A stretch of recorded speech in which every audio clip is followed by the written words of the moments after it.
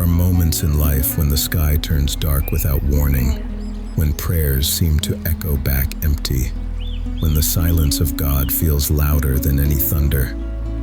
I've been there, standing in the middle of what felt like a storm without end. Everything I believed seemed fragile. Everything I trusted was being shaken. I looked at my faith and wondered, is it still alive, or am I just pretending to be strong? Sometimes the greatest test of faith isn't the battle around you. It's the whisper inside you saying, maybe God has forgotten me. I used to think storms meant I'd done something wrong, that faith was about calm skies and answered prayers. But now I know. Storms don't mean God is absent. They mean He's teaching you to see Him differently. It is written, when you pass through the waters, I will be with you, and through the rivers, they shall not overflow you. Isaiah 43:2. That verse isn't about avoiding the storm. It's about surviving it. Faith isn't proven on quiet days. It's forged in the wind. Every trial I've faced has revealed something about God that peace never could. His silence taught me to listen. His delay taught me to trust. His storm taught me to stand. So when everything shakes, I remind myself, the storm is not the end of faith. It's the birthplace of it. There were nights when I prayed and heard nothing. Nights when I begged for a sign, a whisper, anything to prove that heaven was still open. But all I got was quiet. And that quiet hurt more than the pain itself. I thought silence meant absence, but I was wrong. God's silence is not His distance. It's His invitation. It is written, be still before the Lord and wait patiently for Him. Psalm 37:7. In the beginning, I didn't understand those words. Stillness felt like punishment. Waiting felt like abandonment. But as the silence stretched on, something inside me began to shift. I stopped trying to get answers and started to notice presence. I realized that when heaven is quiet, it's not because God has stopped speaking. It's because He's teaching me to listen differently. Sometimes He hides not to abandon, but to awaken. He hides in the small things, in the rhythm of my breathing, in the kindness of a stranger, in a verse that suddenly feels alive. His voice no longer shouts, it breathes. And when I quiet my heart long enough, I hear it again, not outside of me, but within me. I used to think faith was about hearing God clearly.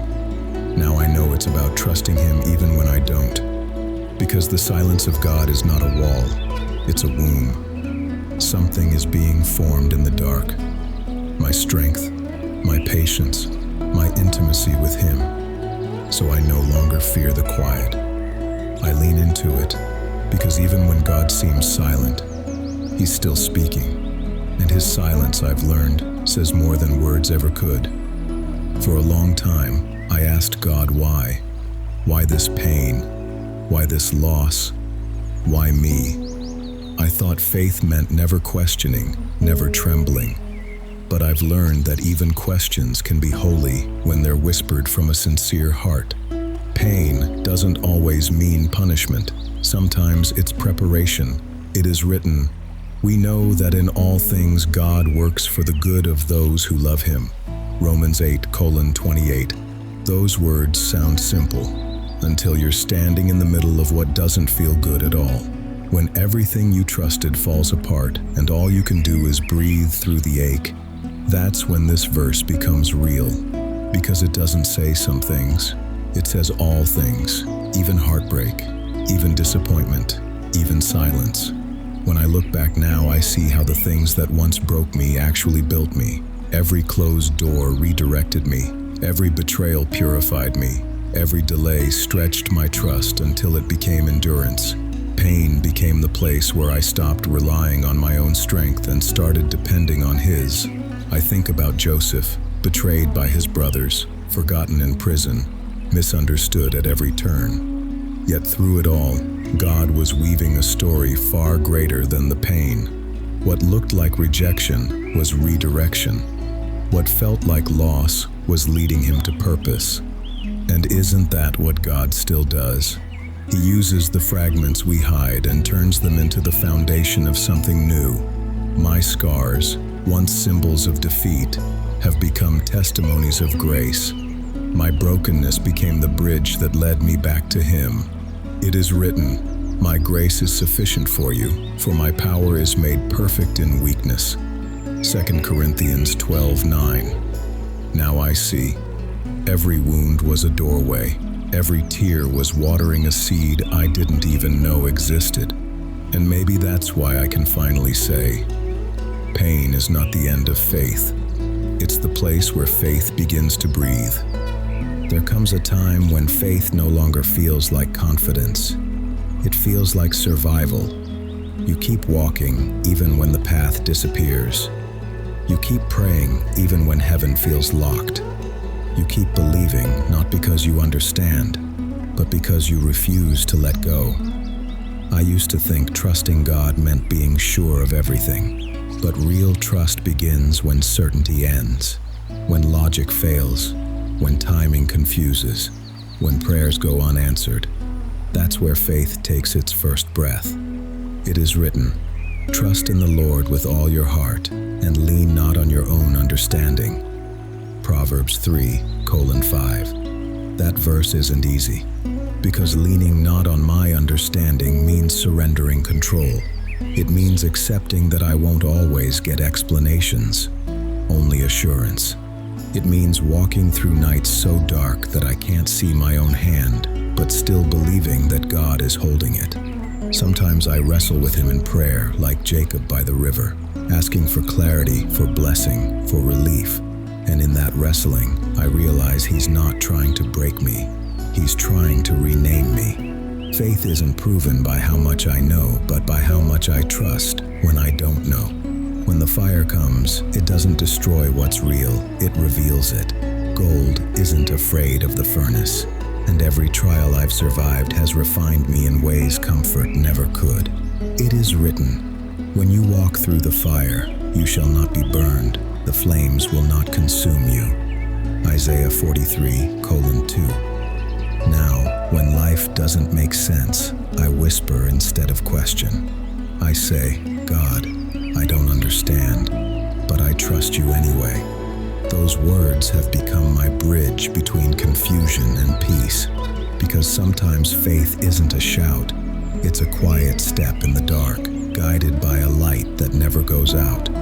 There are few stories that shake the soul like Job's, a man who had everything and then, in a moment, lost it all. Family, health, home, dignity. I often wonder how he breathed through that silence, how he prayed when everything sacred had turned to ashes. I used to read his story as tragedy, but now I see it as testimony. It is written, "Though he slay me, yet will I trust him." Job 13:15. Those words used to scare me. Now they comfort me, because they are not the words of a man in denial. They are the cry of a man who has seen the edge of despair and still chooses faith. Job did not understand. He questioned. He wept. He even cursed the day of his birth. But he never walked away. His questions became his prayer, and his pain became his altar. I've had seasons where I felt like Job, when everything stable crumbled, when friends disappeared, when my prayers turned to echoes. But it was in that emptiness that I discovered something priceless. God doesn't only dwell in the blessing, He inhabits the brokenness too. It is written, "The Lord is close to the brokenhearted and saves those who are crushed in spirit." Psalm 34:18. When I finally stopped trying to explain my pain, I began to experience His presence. Job never got all the answers, but he got something better. He got God Himself. And in the end, that encounter changed everything. Sometimes the greatest miracle isn't that the storm ends. It's that we survive it without losing faith. Job's story reminds me that faith is not fragile, it's fireproof. You can lose everything, but if your faith remains, you still have enough to begin again. Now, when I walk through seasons that make no sense, I remember Job. I remember that pain can be holy ground, that tears can become worship, that ashes can turn into beauty, and I whisper the same words he once did. My Redeemer lives. There is something sacred about waiting, something painful, but sacred. I think about Joseph often, the dreamer boy with eyes full of promise, betrayed by those he loved most. He saw visions of greatness, yet found himself in a pit, then in a prison. I used to ask myself, how do you keep believing when every dream looks dead? It is written, until the time that his word came to pass, the word of the Lord tested him. Psalm 105:19. That verse changed the way I see waiting, because Joseph's delay was not punishment, it was preparation. The prison was not the end of his dream. It was the classroom where his faith learned to breathe. God was not ignoring him. He was shaping him. Every betrayal, every forgotten moment, every lonely night was a chisel carving humility, patience, and wisdom. There were moments when Joseph could have given up, when bitterness could have taken root, but he didn't. He kept his integrity in the dark. He served faithfully even when no one saw, and that's what God honors. Faithfulness when no one is clapping. Trust when no door is opening. It is written, do not grow weary in doing good, for at the proper time you will reap a harvest if you do not give up. Galatians 6:9. I've learned that delay does not mean denial. God's timing is not cruel, it's precise. The dream didn't die in the prison, it matured there, because sometimes God will delay the promise until your character can carry it. When Joseph finally stood before Pharaoh, he wasn't the same boy who once bragged about dreams. He was a man who had learned that every pit is temporary and every prison has a purpose. His waiting became his weapon. And maybe that's what faith really is. Believing that even when it looks like nothing is happening, heaven is still moving. I no longer fear delays. I see them as divine pauses, moments where God whispers, not yet. I'm still preparing you. So I wait, not with anxiety, but with trust. Because I know now, the dream is never denied. It's just being refined. There comes a point where believing is no longer enough. You must stand. When the wind is loud and fear whispers to run, you choose to plant your feet anyway. That's when faith stops being theory and becomes life. I remember moments when everything in me wanted to give up, when prayers felt unanswered, when the weight of waiting pressed against my chest like a stone. But deep inside, something small kept burning, a quiet voice saying, stand still. It is written, put on the whole armor of God so that you can stand against the schemes of the devil. Ephesians 6:11. Standing is not stubbornness, it's surrender in motion. It's saying, I may not understand what God is doing, but I refuse to step away from Him. Real strength is not shouting from the mountaintop, it's whispering faith in the valley. It's showing up in prayer when you feel nothing. It's choosing hope when disappointment feels louder.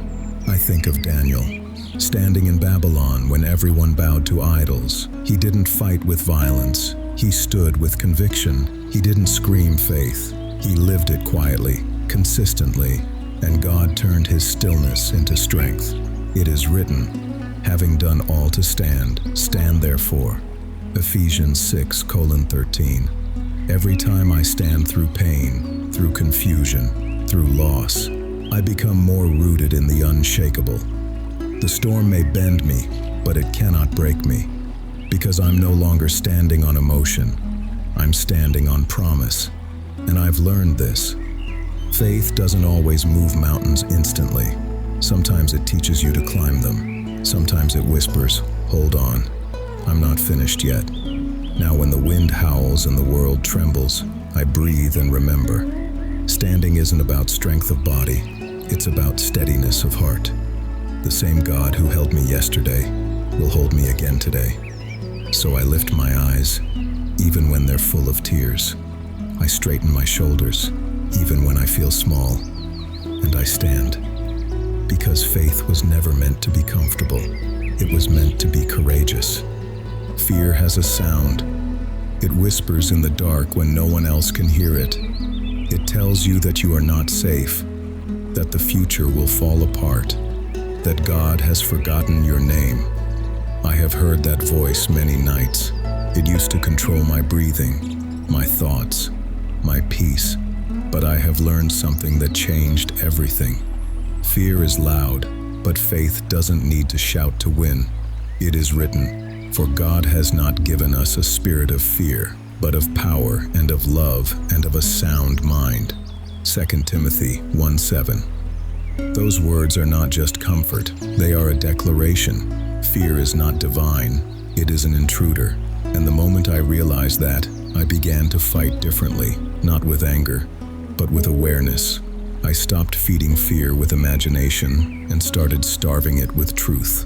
Every time panic rises, I pause, I breathe, I speak light into the darkness. I remind myself that peace is not the absence of problems. It is the presence of God. I tell my soul, "Be still." And slowly, the storm inside begins to settle. I think of Peter on the water, how he stepped out in courage, but sank the moment his eyes left Jesus. That story is me. Every time I focus on the waves, I sink.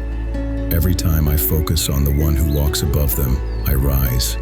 It is written, "When I am afraid, I put my trust in you." Psalm 56:3.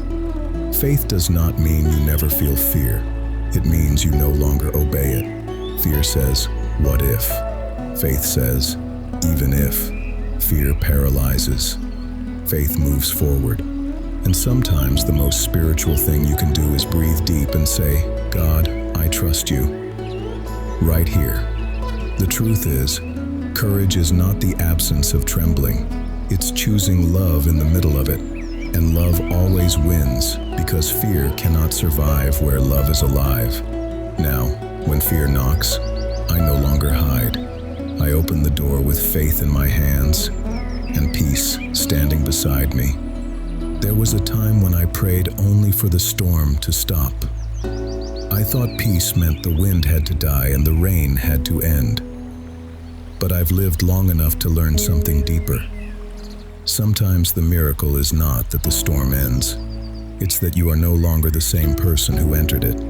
It is written, "The testing of your faith produces perseverance." James 1:3. Those words have followed me through many nights. I used to ask God to change my situation. Now I ask Him to change me in it, because sometimes the greatest victory is invisible. It's not in the headlines of life. It's in the quiet transformation of the soul. There are storms that tear away everything you thought you needed, until only truth remains. They strip you down to faith itself, and in that nakedness, you meet yourself again, stronger, wiser, softer. You realize that what broke you also built you. I think of Jacob limping after wrestling with God, walking slower but carrying a new name. He didn't leave that night with perfection. He left with purpose. That's what real victory looks like. You may still have scars, but they shine now. They are not reminders of defeat. They are proof of survival. It is written, "After you have suffered a little while, the God of all grace will Himself restore you, make you strong, firm, and steadfast." 1 Peter 5:10. Those words feel like sunrise after rain, because the same storm that once threatened to drown me has now taught me how to breathe underwater. I have learned that endurance is holy, that patience is power, that even the hardest seasons can grow fruit unseen by the world. Now, when I walk through the winds again, I don't beg for escape. I ask for evolution, because if the storm doesn't end right away, maybe it's not punishment. Maybe it's polishing. Maybe God is not trying to destroy me. Maybe He's trying to reveal me. So I no longer wait for the sky to clear before I praise. I lift my hands in the rain, because the storm that once frightened me has now become my teacher. There comes a moment after every storm, when the wind softens, when the sky begins to breathe light again. The ground is still wet, the air still carries the scent of rain, but something inside feels different. That's the calm after faith, not the calm of everything being perfect, but the calm of knowing that even if it isn't, I will be okay. It is written, "Peace I leave with you, my peace I give to you. Not as the world gives, do I give to you. Let not your heart be troubled, neither let it be afraid." John 14:27. Those words used to sound distant. Now they live in me, because I've learned that peace is not the reward after the storm. It's the gift that carries you through it. The same God who stood with me in the fire still walks with me in the quiet. And as I look back, I realize that what I thought was breaking me was actually birthing me. The storm didn't destroy my faith, it deepened it. I no longer pray for life to be easy. I pray to stay anchored. I no longer ask for less wind. I ask for stronger sails, because faith is not about avoiding storms. It's about learning to dance in the rain with grace. It is written, "Those who trust in the Lord are like Mount Zion, which cannot be moved, but abides forever." Psalm 125:1. Now I understand. The calm isn't silence, it's peace speaking softly. It's the Spirit whispering, "You made it." And maybe that's what true faith becomes in the end. Not a loud declaration, but a gentle knowing. The kind that smiles after tears. The kind that walks lighter because it has seen the goodness of God in the darkest night. So I breathe deeply again. I open my hands to the new day, and I whisper, "Thank you, Lord," because what began as a storm has now become a sunrise, and the same waves that once tried to drown me now reflect your light. Close your eyes for a moment. Breathe in slowly. You made it through the storm, not because the wind stopped, but because grace held you. Not because you were strong, but because God never let go. Every wave that once threatened you became a lesson. Every tear that fell watered the seed of your faith. Father, tonight I come before you with open hands. Hands that once clenched in fear, now resting in trust. Thank you for every trial that taught me to lean on you, for every silence that turned into revelation, for every storm that became my teacher. You said, "When you pass through the waters, I will be with you." And now I see, you were never absent. Even when I doubted, you stayed. Even when I trembled, you carried me. So I surrender again. Not out of fear, but out of love. I release my worries into your ocean of peace. I lay down my plans and pick up your promises. Teach me to walk with calm faith when life shakes around me. Teach me to see storms not as punishments, but as passages. I thank you, Lord, for the strength that came through weakness, for the hope that rose through heartbreak, for the peace that followed surrender. You turned my battle into a bridge, my wounds into wisdom, my waiting into worship. Now, as I stand here in the quiet after the storm, I choose gratitude over fear, faith over doubt, peace over control, because I know now, you were in the wind, the rain, and the calm. Thank you for being my refuge, my anchor, my peace that cannot be taken. And as the sun rises on a new day, I whisper once more, I trust you, Lord. Amen.